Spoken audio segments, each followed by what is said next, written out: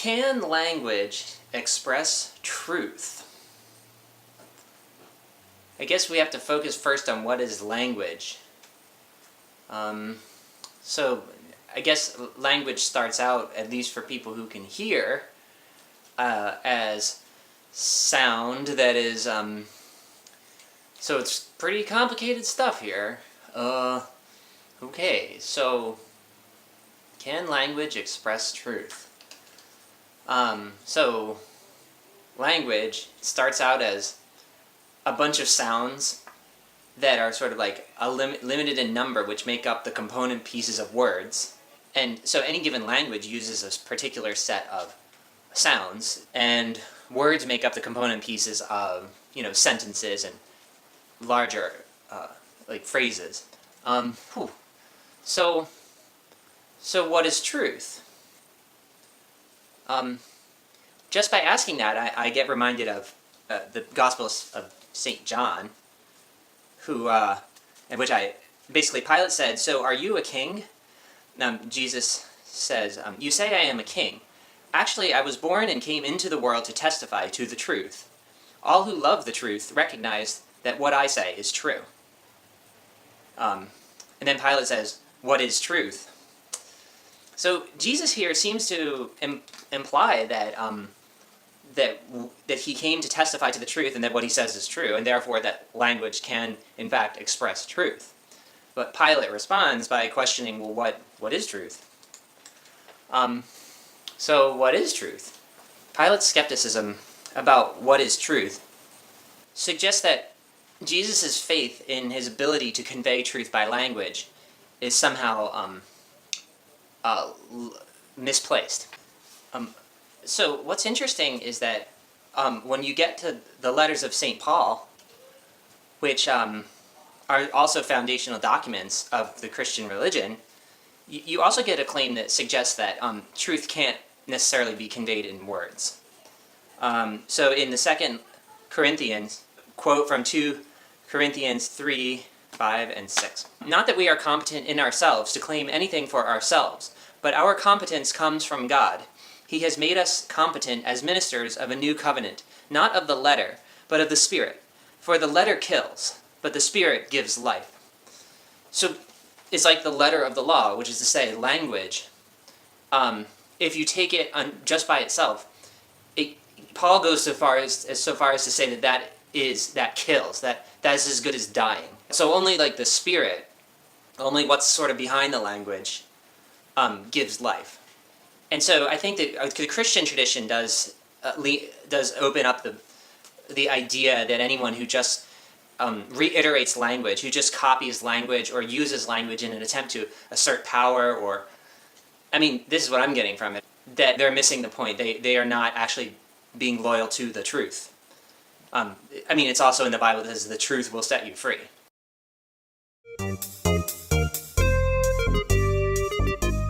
But again, going back to the Gospel of John 1:1 starts with the claim that in the beginning was the Word, and the Word was with God, and the Word was God. He was God in the beginning. Through him all things were made. Without him nothing was made that has been made.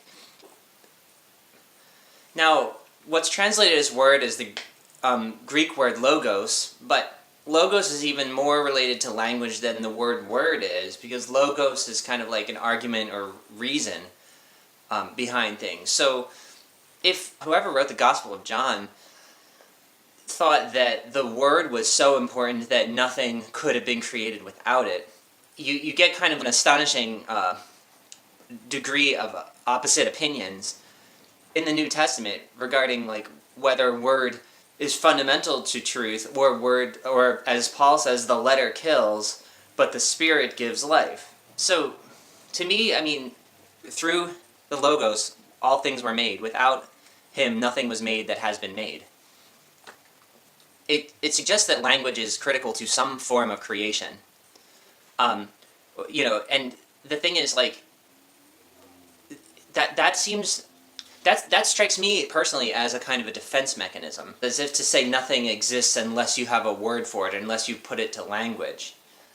And I would say nothing is communicable unless you can put it into some kind of expression. So you can't translate it into a tangible commodity. Nothing can be split from sort of like the latent backdrop of the chaotic latent backdrop of existence, as if existence is like an ocean, and without words you can't extract anything from that ocean and distinguish it. But the Gospel of John seems to say that, or at least John 1:1-5 says that that ability to distinguish things from like the latent ocean is in fact existence itself. That nothing even exists until you distinguish it using logos. And that seems like an extreme. That's almost like a hyper masculine. It's like kind of like a nerdy professor or something who has a power drive, who kind of wants everything to be translatable into words, and is willing to like say something almost absurd, which is to say that words actually precede existence. But it's still a compelling thought process. It actually is very calming. In the beginning was the Word, and nothing was created that wasn't created through the Word. And that gives you a sense of like, oh, well, there's an explanation for everything. Everything, the whole universe, everything is explained. Everything has like, a kindly old professor who can joyfully tell you what it all means. But that does strike me as a little bit of a one-sided argument, because to me it's not clear at all what anything means. It's nice to sort of like put the cart before the horse, to say that things mean things, just because it feels good and it makes you feel like something true is being spoken. And the thing is, it does actually nurture a belief in the logos. It nurtures a belief in thought. It nurtures the notion that we should think more, and we should try harder, we should do science. In a way, science is the logos. And yet I would argue science doesn't really explain everything. Science only answers questions that science can answer. And there's huge numbers of questions science can't answer. But it feels good to think that science can answer everything. Just the same way in the Gospel of John, it feels good to think that logos can explain everything. And that feeling alone propels people forward, and I think it can be a source of evil as well as a source of good to think that way. So basically, I was asking myself, well, what if we said the opposite of the question, can language express truth? What if we said, can language express falsehood? And then it seems to me that language is the primary vehicle through which falsehood is expressed. Language is the primary means by which people lie or tell the truth or tell things that aren't true. So if language can express falsehood, why is it so challenging to believe that language can express truth? And then I thought of the experience in the book of Job, in which after all manner of trials and tribulations, and God actually speaks, Job says that he says, I'm going to stop talking now. I had once heard of thee through the hearing of the ear, but now I can see thee with my eyes. And now I give up. Job's like, all right, I'm done. I give up. As if to say that merely hearing something through language is insufficient, that Job needed like a visual something to actually settle down and believe that he had borne witness to the truth. So it's as if the truth is somehow more visual. Seeing is believing.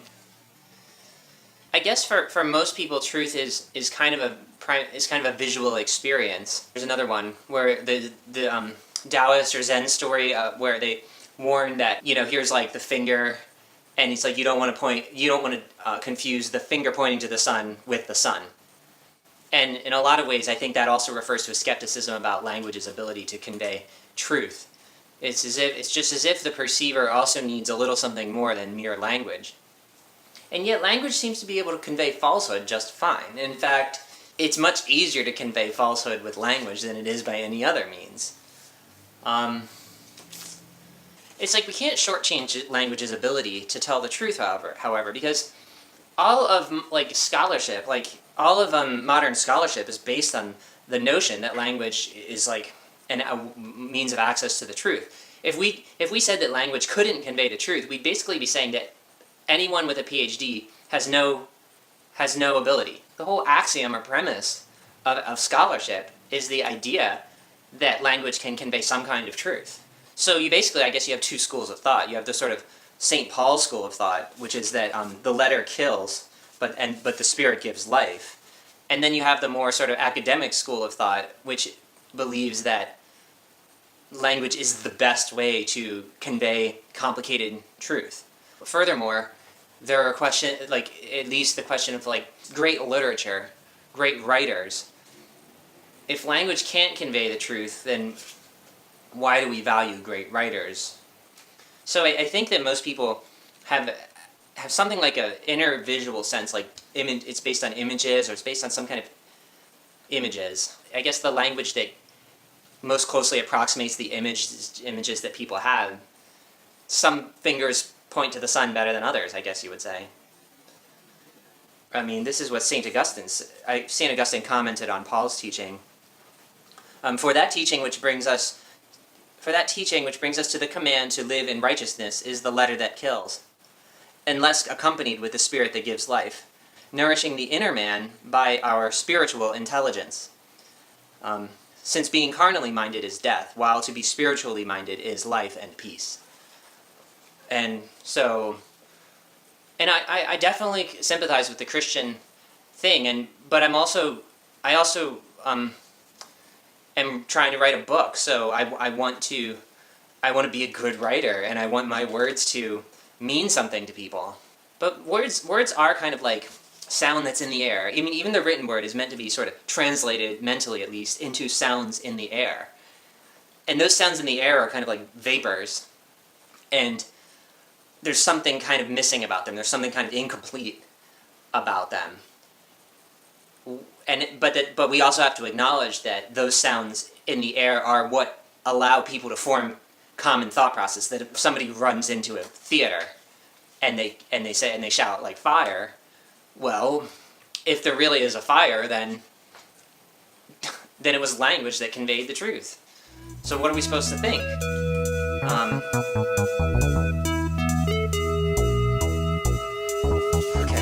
Okay, this was a long one. Thank you for tuning in.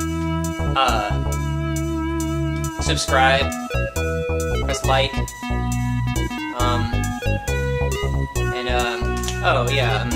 email the address you see on the screen. And I will see you next week.